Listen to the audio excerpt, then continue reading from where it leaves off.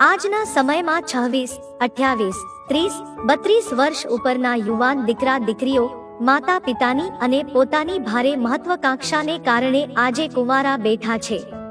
જો હજુ પણ વાલીઓ જાગૃત નહીં થાય તો પરિસ્થિતિ વધુ વિસ્ફોટક બની શકે છે. આજે આપણો સમાજ લગ્નને લઈને એટલો ભ્રમિત થઈ ગયો છે કે એકબીજાને સંબંધ ચિંધી વેવિશાળ કરાવવામાં રસ જ નથી. આજે સમાજમાં ઘણી એવી અપરિણીત છોકરીઓ 26, 28, 30, 32 વર્ષની ઉંમર થઈ હોય તો પણ કુંવારી છે. કારણ કે તેમના સપનાઓ તેમના સ્ટેટસ કરતા ઘણા ઊંચા છે. આવા ઘણા ઉદાહરણો છે અને આવી વિચારસરણીને કારણે સમાજની ઇજ્જત ખરાબ થઈ રહી છે. સુખી દાંપત્ય જીવન એ માનવીનું સૌથી મોટું સુખ છે તથા સાથે પૈસા પણ જરૂરી છે.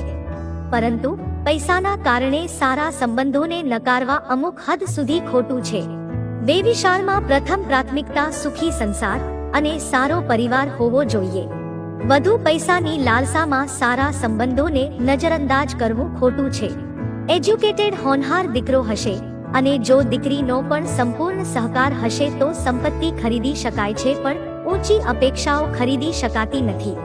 હું માનું છું કે કુટુંબ અને છોકરો સારા હોવા જોઈએ, પરંતુ વધુના ચક્કરમાં સારા સંબંધોને હાથથી જવા ના દો. 30, 32 વર્ષની ઉંમર પછી લગ્ન નથી થતા તો પછી ઈચ્છાઓમાં બાંધછોડ કરીએ છીએ તો થોડી ઘણી બાંધછોડ વેવિશાળની લાયક ઉંમરે કેમ નહીં? અમુક ઉંમર વટાવ્યા પછી જો મેડિકલ ડોક્ટર કન્ડિશન અભિપ્રાયથી જોવામાં આવે તો વધારેમાં વધારે દીકરીની ઉંમર 20 કે 22 અને દીકરાની 23 થી 25 એ લગ્નજીવન માટે લોંગ ટાઈમ માટે સારું કહેવાય. પછી બનવા જેવા બનાવો બને અને તેના જવાબદાર અંતે તો માતા પિતા જ ગણાય. ટૂંકમાં વાત કરી એ તો પછી ઘણી સમસ્યાઓ ઊભી થાય છે. સમય અને ઉંમર એનું કામ કરે જ છે. આજે કુંડળી મેચિંગના કારણે પણ ખરાબ સ્થિતિ બની છે. જ્યાં છોકરામાં બધા ગુણો છે ત્યાં કુંડળી મળતી નથી અને બધું સારું હોવા છતાં કુંડળીના કારણે લોકો સંબંધ કરવો છોડી દે છે. ત્યારે તમે વિચારો કે જે લોકોના 36 માંથી 26 અથવા તો 36 માંથી 36 ગુણો મળી આવે છે તેમ છતાં તેમના જીવનમાં સમસ્યાઓ ઊભી થાય છે. કારણ કે છોકરાના ગુણો જોયા નથી, ફક્ત કુંડળી મેચિંગના આધારે સંબંધ કર્યો છે. આજના શિક્ષિત વાલી અને બાળકો પણ આવા કુંડળીના ચક્કરમાં જે જોવાનું છે એ ચૂકી જાય છે અને પછી પસ્તાવાનો પાર રહેતો નથી. આજના સમયે સમાજમાં સારું પાત્ર શોધવામાં 4-5 વર્ષ નીકળી જાય છે. ઉચ્ચ શિક્ષણ કે નોકરીના નામે પણ સમય પસાર કરવાનું અનોખું બહાનું કાઢીને ઉંમર વધવા દે છે. આજકાલ તો અમુક અર્થહીન અદ્ભુત સવાલો પૂછવાની પણ પરંપરા થઈ ગઈ છે. જેમ કે પોતાનું ઘર છે કે નહીં, જો હોય તો ફર્નિચર કેવું છે, ઘરમાં કેટલા રૂમ છે તથા તે મોટું છે કે નાનું છે, કયા એરિયામાં છે તથા લોન ચાલુ છે કે નહીં, જીવનશૈલી અને ખાણી પીણી કેવી છે, માતા પિતા સાથે રહે છે કે નહીં, કેટલા ભાઈ બહેન છે તથા તે પરણેલા છે કે કેમ, માતા પિતાનો સ્વભાવ કેવો છે, આધુનિક વિચારસરણીના ઘરના સગા સંબંધીઓ છે કે નહીં, ઊંચાઈ કેટલી છે, દેખાવ કેવો છે, શિક્ષણ, કમાણી, બેંક બેલેન્સ કેટલું છે, છોકરો છોકરી સોશિયલ મીડિયા પર એક્ટિવ છે કે નહીં, તેના કેટલા મિત્રો છે, ધર્મ કયો પાળે છે, કાંદા લસણ ખાય છે કે કેમ.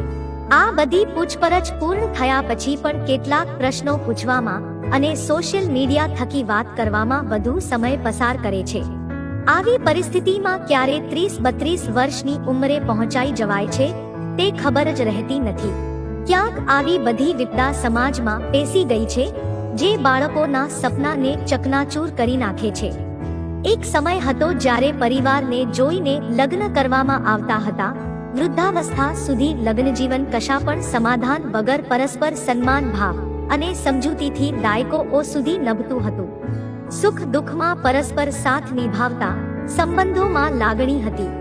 જ્યાં પરિવાર જોઈને દીકરા દીકરીના સંબંધ થતા ત્યાં 3 પેઢીઓ સંયુક્ત ફેમિલીમાં જીવી જતા. ઘર પરિવાર અને આંગણામાં ખુશીઓ હતી. ક્યારેક કોઈ નાની ચણભણ શરૂ થતી તો વડીલો એકબીજાનું ધ્યાન રાખતા અને ઘરની વાત ઘરમાં રહેતી.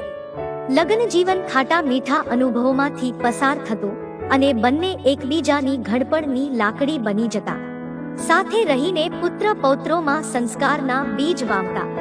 હવે એ સમય ક્યાં છે? આંખની શરમ ઇતિહાસ બની ગઈ છે. આજે એવું પણ સંભળાય છે કે છોકરો છોકરી તેમના સમાજના હોય નહીં તો પણ ચાલશે. આવી વાતો પણ સામે આવી રહી છે. આજે સમાજની છોકરીઓ અને છોકરાઓ ખુલ્લેઆમ અન્ય જ્ઞાતિ તરફ જઈને પ્રેમલગ્ન કે એરેન્જ મેરેજ કરે છે. એને એમ છે કે સમાજમાં સારા છોકરા કે છોકરીઓ મારા લાયક નથી, કારણ કે છોકરા છોકરીઓએ આધુનિકતાની ઊંચાઈઓ અને અપેક્ષાઓ પાર કરી છે.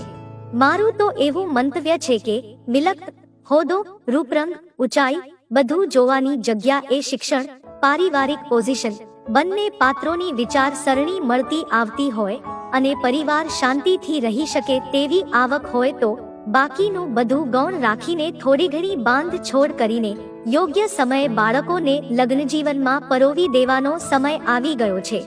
શરૂઆત આપણાથી જ કરીએ. હમ બદલેંગે તો યુગ બદલેગા. ખાસ વાત કે થોડું ભાગ્ય ઉપર છોડવું જોઈએ અને સુખ દુઃખ પતિ પત્નીનું મળવું એ ભાગ્ય પર આધારિત છે. તો પણ ભૂલ ચૂક માટે ક્ષમા કરજો. આ જીવનનું કડવું સત્ય છે. મિત્રો, આ વિડીયોને તમારા બધા સગા સંબંધીને અને તમારા મિત્રો સાથે શેર જરૂર કરજો અને તમારું આ વિડીયો વિશે શું કહેવું છે એ કમેન્ટ કરીને જરૂર જણાવજો અને આ વિડીયોને લાઈક કરવાનું ભૂલશો નહીં.